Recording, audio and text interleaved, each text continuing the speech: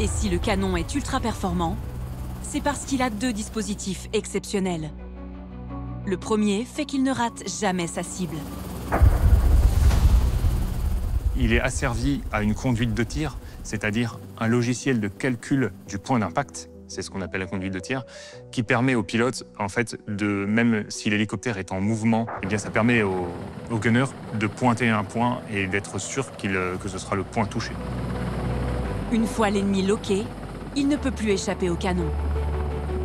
Avec ses munitions perforantes à plus de 2 km, l'aéronef reste ainsi hors d'atteinte des tirs ennemis de faible capacité. Et si un danger apparaît brusquement au plus près de l'appareil, le canon est encore plus redoutable. C'est son autre atout majeur. Il est directement raccordé au casque du pilote ou du gunner. Il suit ainsi les mouvements du casque et offre une précision chirurgicale. Ça lui permet, sur un tir réflexe, sur une menace détectée très rapidement, eh bien, d'activer ce viseur de casque, de tourner la tête et de pouvoir immédiatement tirer sur ce qu'il voit. Le résultat est spectaculaire et ne laisse que peu de chance à l'assaillant.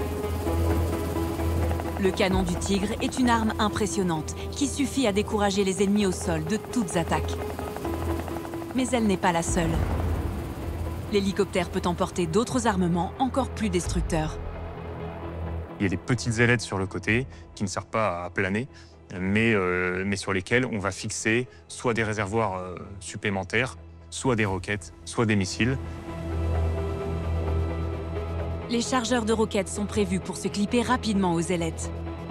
Il suffit de quelques secondes pour une manutention classique et d'installer le panier lance-roquettes de 12 coups pour une arme unique au monde. Le boîtier peut accueillir des roquettes à induction. Il n'y a plus besoin de relier les tubes explosifs par des fils électriques. Tout comme un téléphone portable sur son chargeur, la roquette est déclenchée par un courant électrique avec l'induction. C'est la société française Thales qui est à l'origine de cette nouveauté. L'avantage de ces roquettes est de supprimer totalement les problèmes à l'allumage. Une situation qui pouvait arriver et mettait en danger l'équipage. Pour que le tir soit efficace à 100% et que la cible soit atteinte à quelques centimètres près, le Tigre possède un bloc caméra exceptionnel. Il y a un mode vidéo, mais aussi un dispositif infrarouge pour repérer la chaleur émise. Et cette caméra, elle permet donc de voir, par exemple, des soldats qui sont cachés dans une lisière de forêt, ou le moteur d'un char qui vient de tourner, mais qui est caché au milieu des arbres, mais comme son moteur est chaud, vous allez le voir de façon plus distincte en thermie. Globalement, jusqu'à 5 à 7 km, on va arriver à pouvoir voir un char.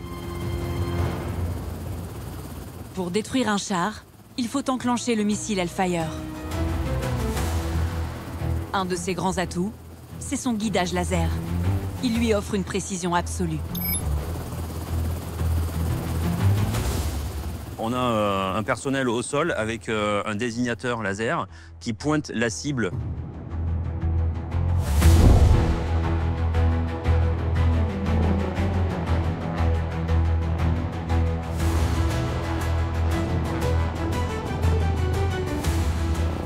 Nous, on peut rester loin sans s'exposer, sans exposer le vecteur, envoyer les missiles et du coup qui sont repris par guidage terminal par la personne au sol pour aller jusqu'à la cible déterminée.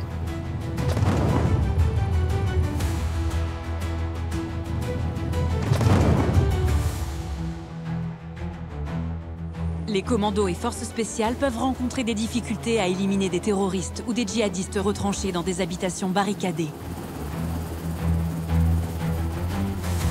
Plusieurs options sont sur la table. L'une d'entre elles consiste à envoyer un drone miniature, plus petit que la main d'un homme. Il peut parcourir plusieurs centaines de mètres sans que personne ne le distingue.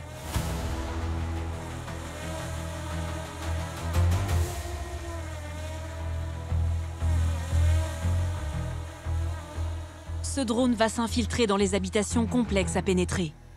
Et si la cible est présente, que des explosifs sont trouvés, ou pour toute autre raison, alors les commandos n'ont plus qu'à désigner, via un laser, le site à détruire. Éloigné de plusieurs kilomètres, le Tigre peut libérer son missile Hellfire.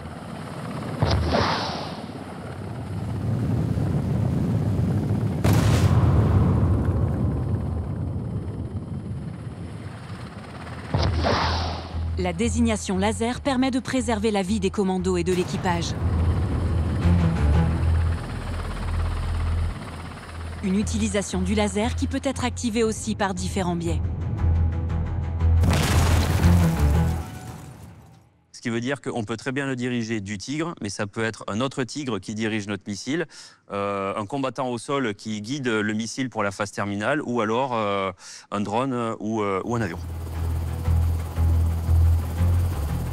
Ce guidage laser n'est possible que si au préalable les commandos ont communiqué avec l'hélicoptère ou le centre opérationnel. Le bloc système qui gère la radio est donc essentiel. C'est à la fois les yeux, les oreilles et la bouche de l'hélicoptère. Donc ça permet d'écouter, ça permet de parler. La communication est absolument indispensable. La communication par l'intermédiaire d'antennes fixées sur l'hélico permet au commando de signaler tout ce que le Tigre a besoin de savoir sur l'environnement, les dangers potentiels et la stratégie mise en place. La situation évolue constamment au cours du déplacement de l'hélicoptère jusqu'au champ de bataille. Car le Tigre peut venir de très loin pour effectuer une mission. Par nature, l'hélicoptère est appelé à travailler sur des élongations de plusieurs dizaines, voire centaines de kilomètres. Que ce soit l'hélicoptère des forces spéciales particulièrement, mais également dans les forces conventionnelles, pour aller frapper ce qu'on appelle le deuxième échelon ennemi, les centres de logistique, les centres de commandement, les radars ennemis. La gestion de la communication et des radios est un travail minutieux et fait l'objet d'une attention toute particulière. Elle est d'abord cryptée. L'ennemi va chercher à brouiller nos communications, il va chercher à les intercepter, c'est-à-dire à pouvoir écouter ce qu'on se dit sans les brouiller pour comprendre notre architecture, notre organisation, où on est, ce qu'on fait, quelle manœuvre on va faire. Et puis, parfois, il va pouvoir essayer de s'insérer à l'intérieur de notre réseau radio, en lieu et place de notre chef, pour nous donner des faux ordres ou des mauvais ordres. L'étendue des ondes de transmission est aussi un sujet majeur. Elle doit, en termes de portée, en termes de puissance, être adaptée aux besoins. Et c'est-à-dire ne pas aller au-delà de ce qui est nécessaire quand on veut communiquer avec son ailier ou quand on veut communiquer longue distance. Donc on va utiliser des moyens de communication qui sont différents. Une trop longue portée peut atterrir chez l'ennemi, équipée d'une écoute d'un haut niveau technologique. Il ne faut pas que la radio entre le Tigre et les commandos arrose un trop grand périmètre.